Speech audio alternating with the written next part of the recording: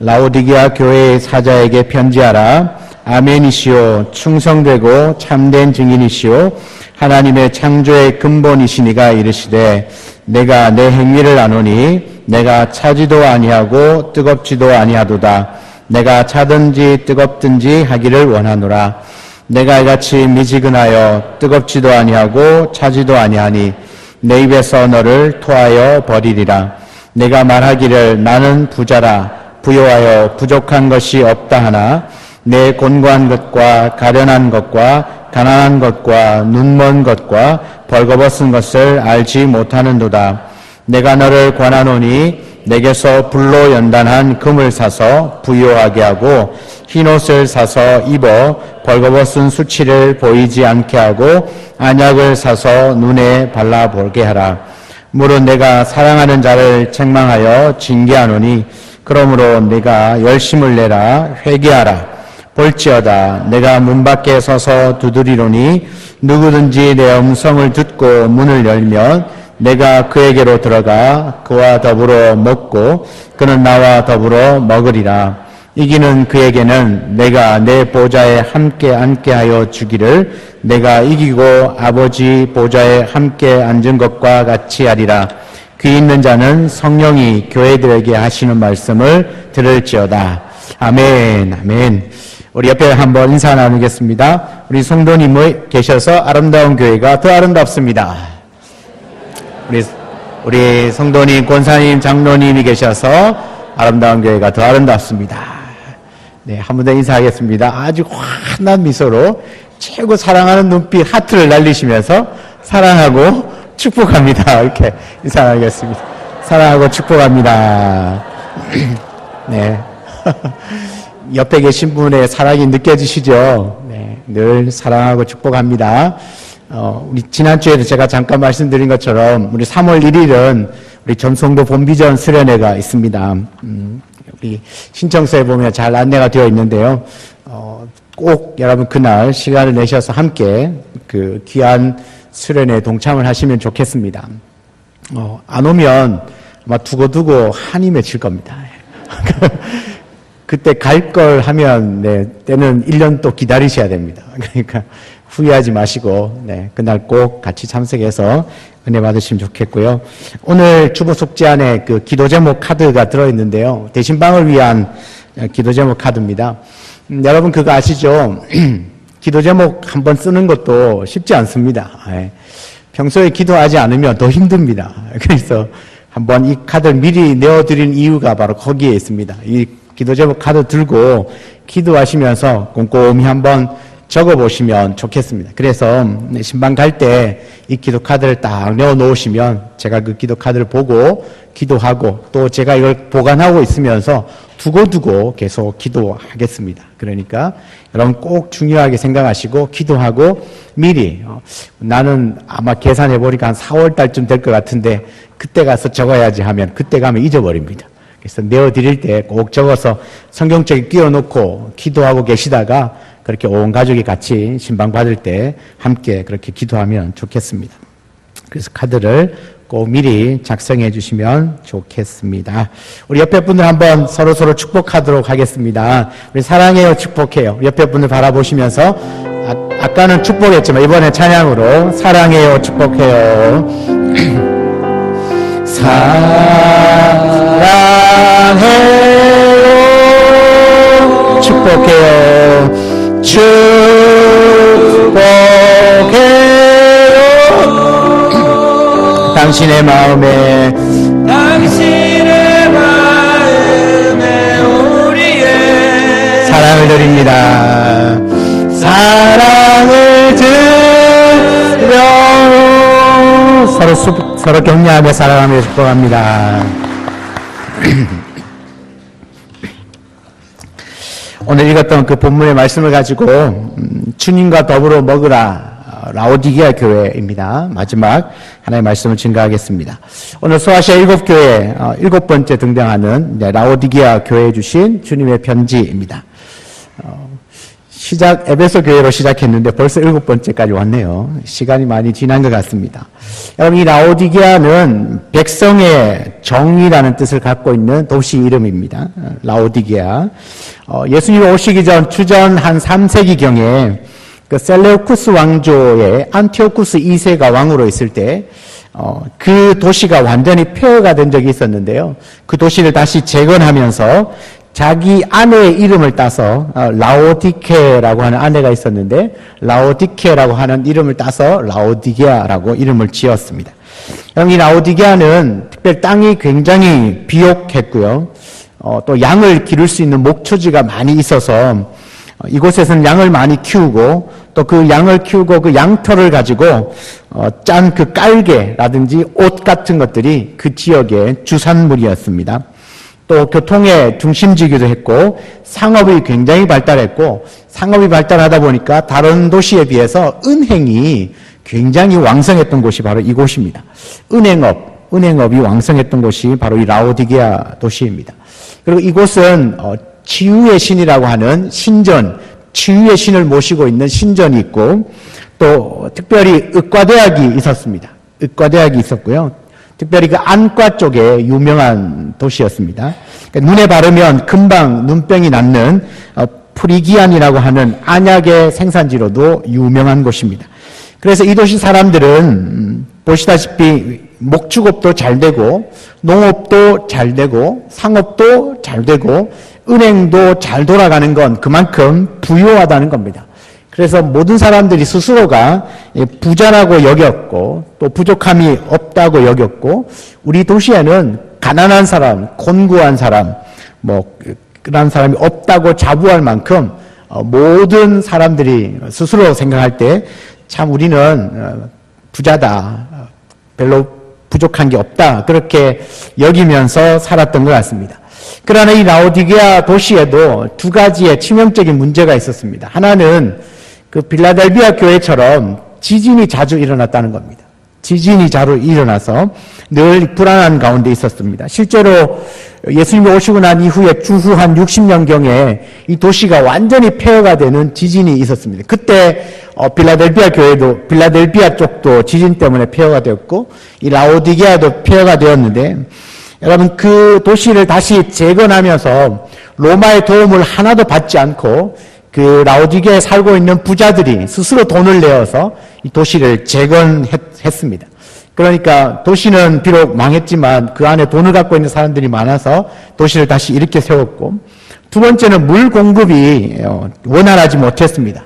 그래서 이 도시는 남쪽으로부터 한 10km 정도 떨어져 있는 데니질리라고 하는 도시에서 석관을 통해서 수로를 만들어 가지고 이 도시에 물을 이렇게 공급을 했습니다. 그런데 그렇게 하다 보니까 취약한 것이 뭐냐면 날씨에 취약하고 또 주변에 공격을 받을 수가 있습니다. 누군가가 그 수도관에 독약을 타면 도시 전체 주민을 몰살시킬 수 있는 그런 아주 어려운 가운데 있었습니다. 그래도 그 도시 안에 물을 얻기에 쉽지 않으니까 그렇게라도 해서 공급을 받았다는 거죠. 여러분 이와 같은 지역에 세워진 라오디게아 지역에 세워진 교회가 라오디게아 교회인데 그 교회에 나타나신 그 주님의 모습을 보면 여러분 14절에 보시면 그 라오디게아 교회의 사자에게 편지하라. 아멘이시요 충성되고 참된 증인이시요 하나님의 창조의 근본이시니가 이르시되 그렇게 말씀합니다. 여러분 아멘이시고 충성되고 참된 증인이고 하나님의 창조의 근본이신 이로 나타나셨습니다. 여러분 아멘이 무엇입니까? 맞습니다. 진실로 그러합니다. 그런 뜻 아닙니까? 그런데 주님을 향하여서 당신은 아멘이십니다. 라고 말하는 건 주님이 뭐요? 참되고 진실하다는 이야기 아닙니까? 그러니까 그 도시에 나타나신 주님의 모습이 참으로 진실하고 참으로 그러한 모습으로 나타났다는 거죠. 그리고 충성되고 참된 증인으로 그러니까 죽기까지 하나님의 참되신 증거를 하나님을 증언했던 그런 충성되고 참된 증인의 모습으로 나타나셨습니다. 여러분 이것을 통해서 보더라도 교회가 생명처럼 중요하게 여겨야 될 것 같은데 그렇게 하지 못했던 것이 바로 진실이 떨어졌고 죽기까지 진리를 증거하는 충성된 증인의 사명을 감당하지 못했던 교회가 이 라오디게아 교회였다는 것을 볼 수가 있습니다. 그런데 오늘 이 라오디게아 교회 이런 모습으로 나타나신 그 주님은 바로 이 교회의 참된 증인으로서, 교회가 참된 증인으로서 또 그 능력과 사명을 잃어버린 상태, 그를 보여주기 위하여 아마 주님이 그런 모습으로 나타나신 것 같습니다. 또한 주님은 창조의 근본이신 이로 나타나셨습니다. 자기를 소개하셨습니다. 주님이 창조의 근본이 되신다는 건 모든 피조물의 으뜸이 되신다. 모든 피조물의 으뜸이 되시고 모든 피조물들은 그리스도와의 온전한 관계 아래 있을 때에만 그 존재의 의미가 있다라는 것을 의미합니다. 창조의 근본 되신 그분과의 온전한 관계에 있을 때만 진짜 존재의 의미가 있다는 것을 보여주는 거죠. 그런데 이 지금 라오디게아 교회에 나타나신 그 주님은 창조의 근본이신 이로 소개하는 그 이유가 무엇이겠습니까? 이 교회가 주님과 진정한 그 관계 아래 있지 않다는 것을 의미합니다. 여러분 분명히 라오디게아 지에는 교회가 있습니다. 그리고 이 교회는 교회가 있지만 주님과는 아무런 상관이 없는 교회입니다. 여러분 교회가 주님과 상관이 없다니까 이해가 안 되시죠? 그런데 주님과 상관이 없어요. 많은 예배를 드리고 있고 행사도 하고 있습니다. 그러나 주님이 그 교회 안에 계시지 않고 주님과 상관없이 그 일들이 계속 이루어지고 있고 성도들도 주님과 관계없이 그냥 살아가는 겁니다. 이런 라오디게아 교회에 대해서 주님은 이렇게 책망을 하셔요. 우리 15절 16절에 보면 내가 내 행위를 아노니 내가 차지도 아니하고 뜨겁지도 아니하도다. 내가 차든지 뜨겁든지 하기를 원하노라. 내가 이같이 미지근하여 뜨겁지도 아니하고 차지도 아니하니 내 입에서 너를 토하여 버리리라. 주님이 말씀하십니다. 내가 너의 행위를 안다. 너는 차지도 않고 뜨겁지도 않다. 그러니까 미지근하다는 거죠. 그렇지만 너는 차든지 뜨겁든지 해야 한다. 내가 미지근하면 토해내버리겠다 말합니다. 주님은 내가 차든지 뜨겁든지 하기를 원한다는 거예요. 여러분 이 말씀에는 차가운 것과 뜨거운 것은 똑같은 이야기입니다. 차든지 뜨겁든지 하라는 얘기예요. 미지근하면 내 입에서 토해버리겠다는 겁니다. 이것은 너의 신앙을 분명하게 취하라. 너의 신앙의 태도를 분명하게 취하라고 말씀하고 있습니다. 라오디게아 성도는요, 이것도 저것도 아닌 그냥 미지근한 상태에 있었습니다. 뭐가요? 그들의 신앙이. 여러분 그 미지근한 상태를 이 라오디게아 도시의 그 특성을 가지고 설명을 했어요. 라오디게아는 아까 지역적으로 말할 때 물 공급이 원활하지 않다고 말씀드렸습니다. 그러니까 한 도시, 두 도시, 한 곳에서만 물을 끌어올 수 없으니까 그 도시 근방에 특별히 그 온천이 나고 있는 그 히에라볼리라고 하는 도시가 있습니다. 가까운 곳에 있는데 그 히에라볼리에서 그 수도관을 통하여서 이 도시로 물을 공급했어요. 그곳에서 나오는 그 온천물이 긴 시간을 한 10km 이상을 떨어진 라오디게아로 공급이 되다 보면 뜨거운 물이 식겠죠. 그래서 라오디게아에 도착할 때쯤 돼서 그 물을 먹으면 그 밋밋하고 온천물이 밋밋하고 다 식은 그 상태를 먹으면 토하기에 딱 좋았다고 합니다. 그러니까 지금 그것을 이야기를 하시면서 그 당시에 만약에 이 라오디게아 성도들이 이 말씀을 만약에 봤다면 이해할 수 있겠죠. 아, 그 미지근하여서 토해버리는다는 것이 무슨 뜻인지를 알았을 겁니다. 그렇다면 주님이 책망하신 그 라오디게아 교회의 그 미지근한 신앙의 모습은 어떤 모습인가? 이것은요, 성도가 주님의 말씀에 대하는 말씀에 보이는 반응입니다. 이 성도들이 말씀에 보이는 반응. 정상적인 성도라면 주님이 말씀하실 때 반드시 그 어떤 형태로든 반응을 하게 되어 있습니다. 아무리 죽어가더라도 주님의 말씀을 들으면 다시 살아나는 겁니다. 걱정과 염려가 가득 차 있어도 그 심령에 다시 주님이 주시는 말씀이 들어오면 평안과 기쁨으로 바뀌게 되어 있습니다. 그러나 더 이상 이 말씀에 반응하지 않습니다. 라오디게아 교회 성도들이 어떤 말씀을 들어도 마음이 움직여지지 않습니다. 한마디로 열정도 없고 사랑도 없고 관심도 없습니다. 그냥 익숙해져 버린 그 습관적인 종교적인 행위만 되풀이할 뿐입니다. 주일날 예배드리고 헌금하고 봉사 열심히 하고 그것이 사람을 온전한 신앙생활을 할 수 있다고 말할 수 없습니다. 이런 것들은 주님을 향한 사랑 없이도 충분히 할 수 있습니다. 하나님 안 사랑해도 그냥 주일날 예배 드릴 수 있고 헌금 드릴 수 있고 봉사할 수 있습니다. 미지근한 신앙의 행위가 바로 이런 겁니다. 말로는 마음으로부터 하나님과 지체를 사랑한다고 하면서도 그 삶과 행위에서는 그 증거가 전혀 나타나지 않습니다. 하나님을 사랑한다고 말하는데 예배하는 것 안에 기도하는 것, 찬송하는 것, 드리는 태도 모든 것들이 그냥 전혀 그냥 아무 감각도 없고 별로 준비되어 있지도 않고 그냥 무의식적으로 그냥 앉아서 멍하니 있다가 돌아갑니다.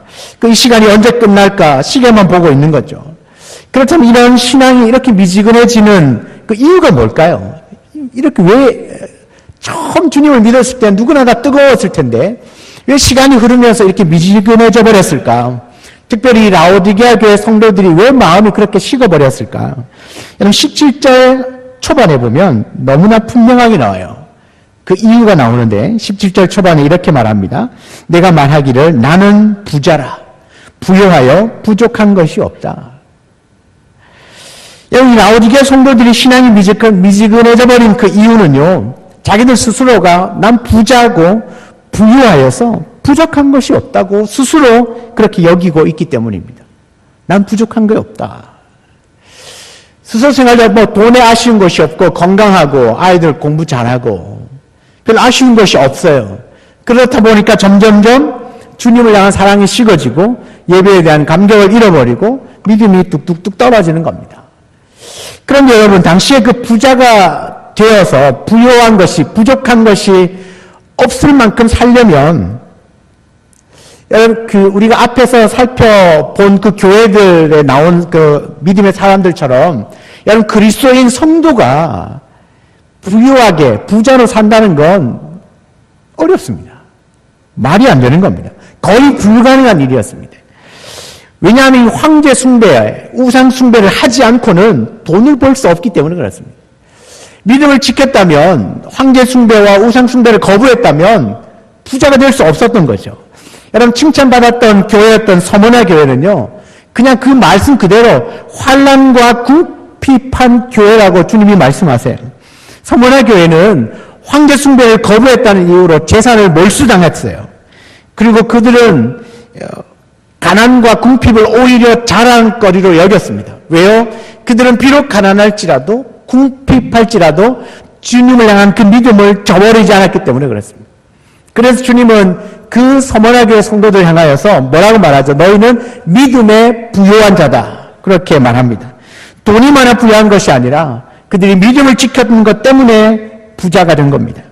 여러분 빌라델비아 교회도 지난주에 살펴본 것처럼 작은 능력을 가지고도 그 주님의 말씀을 지키고 주의 이름을 배반하지 않기 위하여서 온갖 고난과 핍박을 다 견뎌내야 했습니다.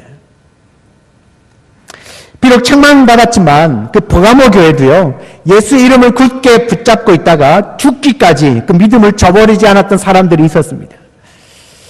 그러니까 여러분 부자는커녕 그 믿음을 갖고 있으면 자기 목숨까지 내어놓아야 할 판입니다. 사대교회는요.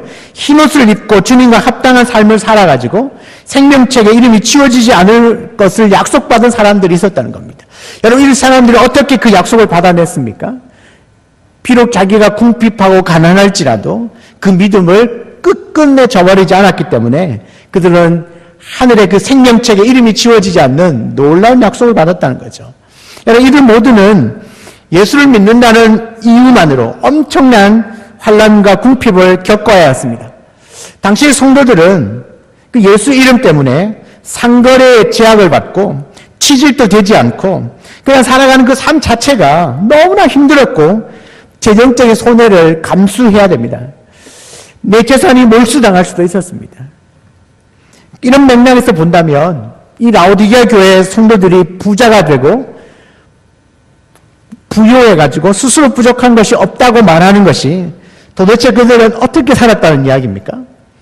도대체 교회 성도들이 어떻게 살았길래 부자로 부유해서 가난한 부족한 것이 없을 만큼 그렇게 부유하게 살았다는 말입니까? 여러분, 이 라오디게아 교회 성도들이 스스로 부요하여서 부족한 것이 없다고 말하고 있지만 우리 주님은 어떻게 말하는지 아세요? 우리 17절 계속 이어서 보시면요. 나는 부자라 부요하여 부족한 것이 없다고 하나 내 곤고한 것과 가련한 것과 가난한 것과 눈먼 것과 벌거벗은 것을 알지 못하는도다. 여러분, 그들은 외적으로는 부자인 것처럼 보였지만 실상은 주님이 뭐라고 말씀하시죠? 곤고하고 가련하고 가난하고 눈멀었고 벌거벗은 모습이다라고 말하고 있습니다. 그들은 나는 부자라고 말해요. 그러나 주님은요, 너는 곤고하고 가련하고 눈멀었고 벌거벗었다고 말해요. 외부적으로 볼 때는 굉장히 부유한 교회이지만 주님 보실 때는 아주 참혹하게 가난하고 비참한 교회라는 겁니다. 라오디게아 교회 성도들은 예수님을 믿고 교회 다니면서도 적당히 우상 숭배하고 황제 숭배에 가담했습니다. 그리고 먹고 살기 위하여 상조직에 가입하여서 마음껏 장사도 했습니다. 상조직에 가입하면 그 상조직을 지켜준다고 말하는 그 수호신에게 제사를 드려야 되고 그 제사 이후에는 그 성창들, 여자 창녀와 남자 창녀들과 성관계를 통하여서 제사를 완성합니다. 그런데 온갖 은행에도 아무렇지도 않게 다 동참을 했다는 이야기입니다. 어떻게 보면 신앙생활 하는 것 같기도 한데 어떻게 보면 안 하는 것 같기도 하고 그러한 모습이 이 라오디게아 교회 성도들의 모습입니다. 주일은 교회에 와서 예배를 드리는데 한 주간의 삶을 보면 그들의 수호신에게 제사도 드리고 똑같이 음행에도 저지르고 그냥 별 다르게 구별되지 않게 살아가고 있는 모습이 라오디게아 교회의 모습입니다.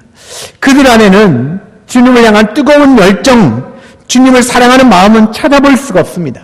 그냥 교회에 나오는 건 형식만 남아있을 뿐입니다. 하나님을 향한 갈망한 마음도 없습니다. 그런데 더 큰 문제는 무엇이냐면 그들이 무엇이 잘못되었는지를 모르고 있다는 겁니다. 왜 내가 잘못되었는지 모르고 있다는 거예요. 왜냐하면 자신들은 여전히 예배하고 있습니다. 여전히 헌금하고 있고 여전히 봉사하고 있습니다. 교회 안에서. 그렇기 때문에 내가 뭘 잘못했지? 내가 지금 잘하고 있잖아. 그렇게 보고 있는 겁니다. 그런데 이 모든 행위의 문제가 뭡니까? 마음이 주님으로부터 떠나 있다는 이야기입니다. 더 이상 하나님을 안 찾아도 된다는 이야기입니다. 찾지 않아도 그들은 부요하고 아쉬울 것이 없이 살고 있다는 이야기죠. 그러면 주님 뭐라고 말하죠? 그런 모습을 보시고 너무 역겹다는 겁니다. 역겹다. 내가 다 토해버리겠다. 여러분 이사야 1장에 주님이 이사야 선지자가 뭐라고 너 내 앞에 드는 천천의 수양과 만만의 기름을 하나님 기뻐할 줄 아느냐. 너는 그냥 마당만 밟을 뿐이라고 마당만 밟을 뿐이다. 그 마음 안에 그냥 껍데기만 왔다 갔다 한다는 거죠. 마음은 딴 데가 있습니다. 전혀 하나님을 찾지도 않고 하나님을 의식하지도 않고 하나님을 갈망하지도 않고 하나님을 사랑하지도 않습니다. 그냥 껍데기만 이 교회에 왔다 갔다 할 뿐이고 마음은 하나님으로부터 멀어져 있는 상태입니다. 그 상태를 주님은 미지근하다. 그래서 내가 너희를 토해버려야 되겠다. 그렇게 말합니다.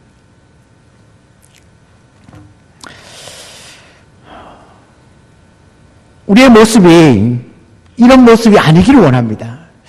우리가 먼저 마음이 하나님을 향하여서 온전히 집중되어지길 원합니다. 그분을 향한 갈망하는 마음이 우리 안에 다시금 살아 움직이길 원합니다. 우리가 껍데기로만 왔다 갔다 해서는 절대로 하나님을 기쁘시게 할 수가 없습니다. 이런 미지근한 라오디게아 교회에 그럼 하나님이 가만히 두시겠습니까? 아니겠죠. 여러 가지 처방전이 있습니다. 병들었으니까 우리 주님이 처방을 해줘야 되겠죠.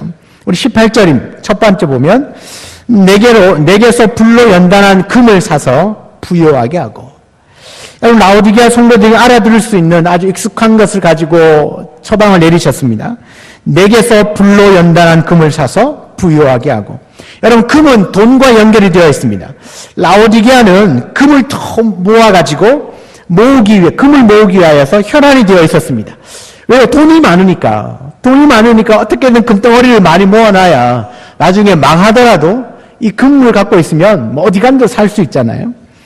그런데 주님은요, 그 그 황금 덩어리 말고 주님으로부터 내게로부터 금을 사라는 겁니다. 내게로부터 금을 사서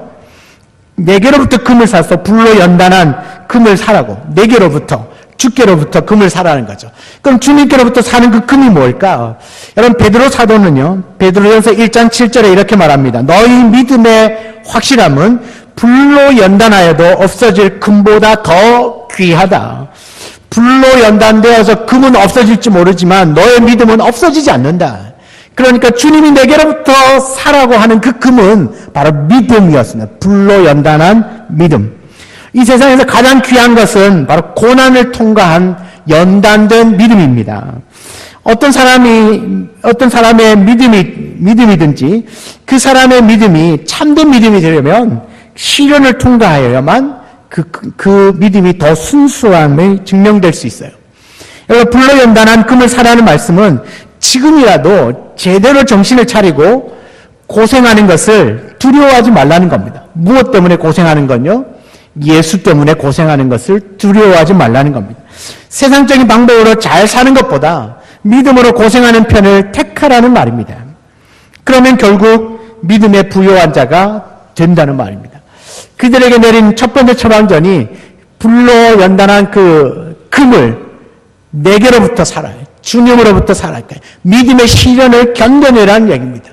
시련을 통과한 그 믿음은 그 어떤 것들로도 바꿀 수 없다. 어떤 것들보다 더 귀하다. 그러니까 그 믿는 것 때문에 그 예수 때문에 당하는 그 시련을 견뎌내면 그 믿음은 금과도 바꿀 수 없는 믿음이 된다라는 말입니다.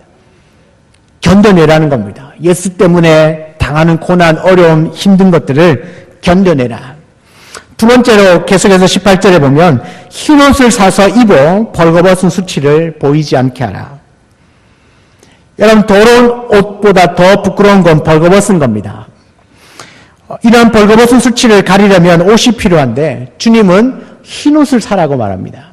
여러분, 이 흰옷은요, 요한계시록 안에서 성도의 정체성을 나타낼 때 사용하는 용어가 흰옷입니다.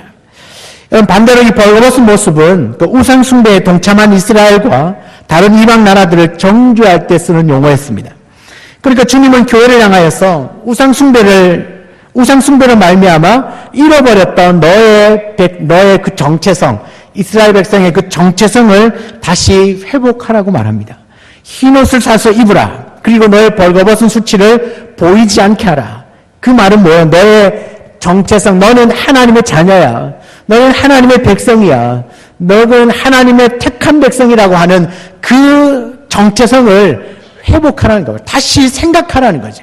네가 그렇게 살지 말고 네가 어떤 존재인지를 다시 인식하라는 이야기입니다. 어떤 존재인지 인식하라. 너가 저 우상 앞에 절해야 될 존재냐? 네가 그 황제의 신상 앞에 절해야 되는 존재냐? 아니면 하나님을 섬겨야 될 존재냐? 네가 흰옷을 사서 입으라는 건 네 정체성을 다시 기억하라. 네가 있어야 될 곳에 있는 거냐? 네가 정말 하나님을 사랑하고 예배한다면 너 그 자리에 있어도 되냐? 너 그거 해도 되냐? 그거 지금 말씀하고 있는 겁니다. 하나님의 흰옷을 입은 하나님의 백성이라면 네가 있어야 될 자리에 있어야 되지, 있어서는 안 될 자리에 있어서는 안 된다는 것을 말하고 있어요. 그러니까 너의 그 거룩함, 너의 그 성도로서의 정체성을 다시 회복하라는 말입니다. 다시 회복하라. 생각해보라는 거죠. 세 번째는요, 안약을 사서 눈에 발라보게 하라. 안약을 사서 눈에 발라보게 하라. 여러분, 처음에 그 라오디게아에는 의과대학이 있고 특별히 그 안과 쪽에 유명한 도시라고 말씀드렸습니다. 그래서 그들이 익숙한 그 안약을 가지고 설명을 해요. 여러분, 안약을 사는 이유는 뭡니까? 눈에 발라서 눈병이 생기거나 눈이 아플 때 눈에 넣으면 다시 회복을 하는 거죠. 여러분, 이것은요, 우리에게 그 영적인 분별력을 말합니다. 영적 분별력. 눈을 뜨라는 얘기죠. 눈을 뜨라. 영적 분별력을 회복하라는 말입니다. 우상숭배에 몰입하면서 부요하다고 자부하는 것은 분명히 그 영적인 분별력이 마비되어 있다는 것을 증명하는 겁니다. 성도는 이 분별력이 살아있어야만 제대로 신앙생활을 할 수 있습니다. 여러분, 우리는 반드시 영안이 열려야 합니다. 그래야 하나님을 제대로 볼 수 있고 예수 그리스도의 십자가를 볼 수 있고 그래야 사방에 우겨싸움을 당하여도 우리가 나와 함께 하시는 그 주님을 바라볼 수가 있습니다. 우리가 안약을 사서 발라서 영적인 분별력을 다시 회복해야 합니다. 그래야만 무엇이 진짜 중요하고 진짜 가치 있는 것이 무엇인지를 분별하게 되는 것이죠. 그래서 뭐예요? 안약을 사서 내 눈에 발라서 눈을 뜨라는 얘기다. 분별을 해라. 눈먼자처럼 그렇게 마구잡이로 막 하지 말고 정확하게 영적인 분별력을 가지고 하나님 원하시는 그것을 따라 살아라는 이야기입니다. 마지막으로 주님이 권면하시는 게 뭐냐 하면 19절 20절에 물은 내가 사랑하는 자를 책망하여 경계하노니 징계하노니 그러므로 내가 열심을 내라 회개하라.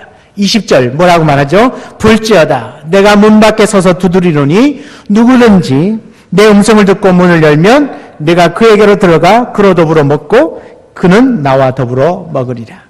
여러분 우리 20절 다 같이 한번 읽어보겠습니다. 볼지어다 내가 문 밖에 서서 두드리노니 누구든지 내 음성을 듣고 문을 열면 내가 그에게로 들어가 그와 더불어 먹고 그와 더불어. 여러분 비록 미지근하여서 책망은 받았지만 그래도 주님은 여전히 그들을 사랑한다고 말해요. 사랑한다고. 내가 사랑하는 자를 책망하며 징계한단 말하잖아요. 그래도 사랑한다고 말씀하세요. 그래서 열심을 내라. 회개하라고 권면하죠. 그들이 열심을 내고 회개해야 될 것은 뭐냐 하면 20절에 말씀처럼 문 밖에 서서 두드리시는 그 주님의 음성을 듣고 문을 열어줘야 돼요. 문을 열어줘야 돼요. 그러면 그 주님이 내 안에 들어오셔서 나와 함께 먹고 마시게 된다는 이야기입니다. 내 인생의 문 밖으로 내쫓아버렸던 그 예수님을 다시 내 마음의 심령의 주인으로 받아들일 때에 그 미지근했던 신앙이 다시금 회복할 수 있다는 이야기입니다. 여러분 요한계시록 3장 20절의 말씀을 가지고 성화로 그려진 그림이 있습니다. 아주 유명한 그림이죠. 윌리엄 홀먼 헌트라고 하는 분이 그린 그림인데 그림의 제목은 세상의 빛이라고 하는 그림입니다.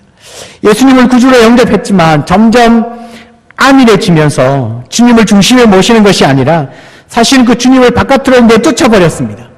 그런데 그 주님이 완전히 떠나지 않고 다시 찾아오셔서 문을 이렇게 두드리고 있는 장면.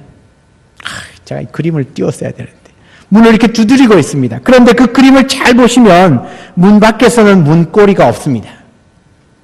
그 말은 바깥에서는 그 문을 열 수 없다는 이야기죠. 안에서만 열어야만 우리 주님이 들어갈 수 있다는 이야기입니다. 이 유명한 그림이 있습니다. 여러분 그렇습니다. 지금도 우리 주님은 여전히 우리 마음문을 두드리고 계신 줄 믿습니다. 이 라오디게아 교회처럼 교회 안에 있으면서도 세상의 재미에 취해 있고 돈에 취하여서 예수 그리스도와는 관계없이 신앙생활이 아니라 교회 생활을 하고 있는 우리의 마음을 주님이 두드리십니다. 예수님을 믿는다고 말은 하지만 세상에서는 전혀 신앙인답게 살지 않고 세상 사람들과 똑같이 편법을 쓰고 남을 속여가면서 일을 하고 많은 돈을 벌어서 스스로 부족함이 없다고 나는 부자라고 착각하며 사는 사람들의 그 마음을 지금 주님이 두드리고 계시다는 겁니다. 그런데 주님은 그 누구든지 문을 두드리시는 그 주님을 열어주기만 하면 문을 열어주기만 하면 우리 주님이 금세 내 안에 들어오셔서 나의 잃어버린 모든 것들을 다시 회복해 하시고 풍성한 은혜를 더하여 주십니다. 식어진 가슴에 다시금 불을 붙여 주시는 줄 믿습니다. 사랑하는 여러분, 혹시나 나의 심령이, 나의 신앙이 미지근한 상태에 놓여 있지는 않습니까? 교회에 발을 들여놓고 신앙생활을 한다고 말하면서도 세상에서 살 때는 그 말씀과 전혀 관계없는 삶을 살고 있지는 않습니까? 내가 자랑하고 내세우고 있는 것이 믿음이 아니라 세상에서 좋다고 또 가치 있다고 말하고 있는 것들 나도 똑같이 자랑하고 있지는 않습니까? 좋은 차를 자랑하고 돈 많은 큰 집을 자랑하고 우리 아이들이 좋은 대학 간 걸 자랑하고 세상 사람과 똑같이 그런 것들을 자랑하고 있지 않습니까? 내 관심이 오직 그 주님께 있어야 되는데도 돈에 관심이 있고 건강에 관심이 있고 명예에 관심이 있어서 온갖 세상의 그 자랑에 나도 빠져서 똑같이 자랑하고 그 부류 안에 들어있지 않습니까? 우리가 미지근한 신앙에서 회복하는 길은 주님과 더불어 먹어야만 합니다. 이 세상의 풍조에 휩쓸리지 않고 진짜 가치 있는 것을 가치 있게 보고 믿음을 지켜내고 이길 수 있는 건 항상 주님과 더불어 먹어야 합니다. 세상에 많은 것을 가지지 못해도 진짜 부유한 자로 살아갈 수 있는 비결은 주님과 더불어 먹는 겁니다.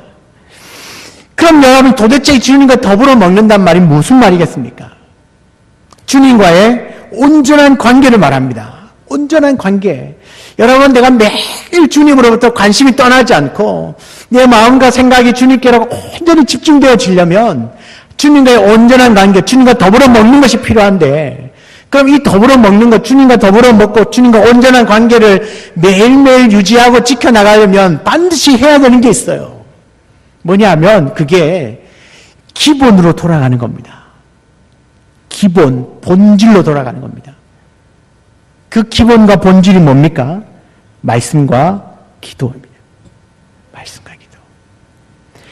내가 아무리 부요하고 정말 진짜 부요하고 부족한 것이 없다고 느껴지는 사람이라 할지라도 매일 말씀을 보고 기도하는데 어떻게 그 관심이 주님께로부터 멀어질 수 있습니까?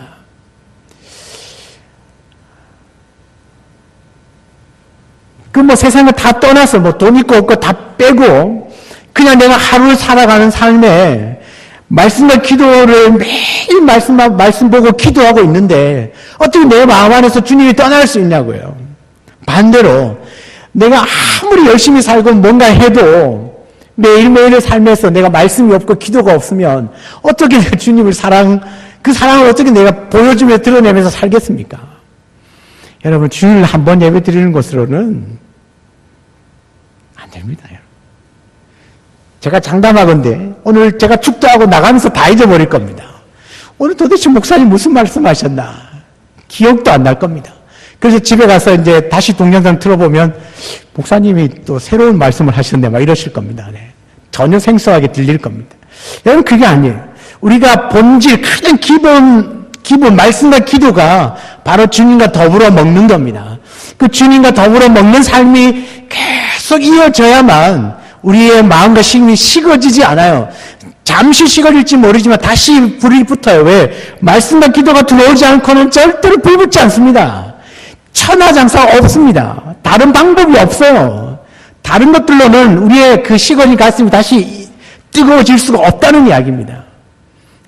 가장 기본으로. 이것도 생각해보고 저것도 생각해보고 안 될 때는 다시 기본으로 돌아가는 겁니다. 왜 내가 기도가 잘 안 될까? 내 마음이 왜 이렇게 답답하지? 내 마음 안에 이렇게 용서가 안 될까? 왜 사랑하는 마음이 안 생길까? 내 마음에서 일어나는 분노가 왜 절제가 안 될까? 아무리 해보고 그렇게 생각할 때 안 될 때 어떻게 생각하시라고요? 그러면 다시 기본으로 돌아가야 되겠다. 기본이요, 여러분 본질이며 내가 붙들어야 될 신앙의 본질이에요. 그게 뭡니까? 말씀과 기도입니다. 말씀과 기도.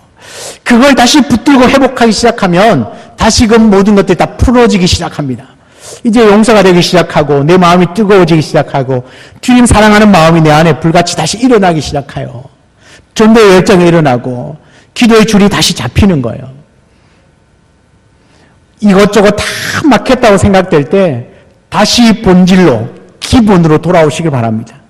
기본으로 돌아와서 말씀과 기도의 줄을 붙들면 그 주님과 더불어 함께 먹고 마시면 다시금 모든 것들이 회복되어지는 줄 믿습니다. 여러분 주님과 더불어서 더불어 먹고 사는 삶을 통하여서 우리의 신앙이 또 우리의 삶이 다시금 그 주님의 사랑이 회복되어지길 간절히 소망합니다. 라오디게아 교회 성도들이 별로 아쉬운 것이 없고 부요하니까 점점점 그 기본 말씀과 기도에서 떠나 있는 거예요. 그러나 여전히 내 껍데기는 주일날 예배 자리에 들어요. 그리고 다음에 나머지 시간들은 그냥 하나님과 주님과 아무런 관계없이 사는 거죠. 그러면 당연히 미지근해질 수밖에 없습니다. 미지근해질 수밖에 없습니다. 사랑하는 여러분, 우리도 마찬가지입니다. 우리의 마음이 식어지는 건 한순간입니다. 한 달만 교회 안 나와보세요. 한 달만 성경 안 보고 기도 안 해보세요. 그러면 아마 불신자와 똑같아질 겁니다. 어쩌면 더 못한 자가 될 수 있습니다. 그렇지만 많이는 아니라도 조금이라도 기도와 말씀이 꾸준하게 되어지는 그 사람은 당해낼 재간이 없습니다. 그만큼 믿음의 거장이 없습니다. 사랑하는 여러분, 오늘 우리가 이 라오디게아 교회를 마지막으로 해서 소아시아 7교회를 마칠 텐데요. 우리가 그 가장 중요한 건 믿음을 어떻게 지켜내느냐가 굉장히 중요했었습니다. 정말 우리가 가치 있는 것이 세상의 돈과 명예와 물질이 아니라는 걸 우리가 분명히 알게 되어졌습니다. 그렇다면 우리가 어떻게 해야 됩니까? 세상의 내 환경과 또 내 삶의 모습이 다 다를 수 있습니다. 그러나 그것보다 더 중요한 건 매일의 삶 가운데 정말 내가 본질, 그 기본에 충실하느냐는 겁니다. 말씀과 기도를 내가 붙들고 살고 있느냐, 다시 말하면 주님과 더불어 먹고 살고 있느냐가 중요한 겁니다. 그것만 되면 다른 것들은 걱정할 게 없습니다. 걱정할 게 없습니다. 그래서 우리 아름다운 교회가 정말 우리는 가장 기본 본질에 충실한 교회가 되기를 원합니다. 말씀과 기도, 아무 일이 일어나지 않아도, 내 삶에 아무런 일이 일어나지 않아도 그냥 꾸준하게 말씀과 기도만 묵묵하게 그냥 실천해 나간다면 여러분, 우리는 이 세상에 어떤 어려움이 있어도, 고난이 있어도 가볍게 이겨낼 수 있습니다. 이 7개의 교회 성도들이 당하였던 그런 고난, 예수 믿는 것 때문에 당하는 고난, 시대가 바뀌었어요. 계속 그런 시대가 올지 몰라요. 그러나 그러한 때라도 내 믿음을 지킬 수 있는 건 그때 가서 하는 기도가 아니라 지금부터 하는 기도입니다. 지금부터 기도. 이런 표현은 좀 그렇지만 내가 보험을 든다는 생각하고 진짜 예수 믿는 것 때문에 당한 환난과 고난의 때가 올 때, 그때를 대비하여서 마지막 주님의 그 심판 때를 대비해서 지금 내가 보험 넣는다 생각하고 꾸준하게 말씀과 기도를 해나가는 것이죠. 본질에 충실한 신앙을 하는 것. 여러분, 일주일 금식 기도하고 나 일주일 금식했습니다 자랑하는 사람보다 매일 하루에 5분이라도 꾸준하게 기도하는 사람이 훨씬 더 기도의 능력 있는 사람입니다. 한 달 동안 성경 일독했다고 자랑하는 사람보다가 1년에 매일 하루 3장, 주일에 5장 읽어가지고 1년에 일독하는 사람이 훨씬 더 말씀의 사람입니다. 사실 우리가 기본으로 돌아가야 합니다. 본질로 돌아가야 합니다. 그 본질은 말씀과 기도입니다. 그 말씀과 기도를 붙드는, 다시 말하면 주님과 더불어 먹고 사는 그 삶이 우리 삶 가운데 풍성해서 우리의 식어진 것, 우리의 잃어버렸던 것, 우리의 연약해져 있던 모든 것들을 회복하고 정말 온전히 내 주님 사랑하는 마음으로 내 관심이 오직 주님을 향한 그 갈망함으로 가득 채워져서 내가 교회에 있을 때나 교회를 떠난 일주일의 삶 가운데 있을 때나 언제라든지 어느 곳에 있든지 늘 이 뜨거운 마음으로 주님 사랑하는 마음으로 그렇게 참 믿음의 사람으로 살아가는 은혜가 있기를 주의 이름으로 축원합니다. 오늘 이 찬양을 함께하고 기도하도록 하겠습니다. 내가 주인 삼은 모든 것 내려놓고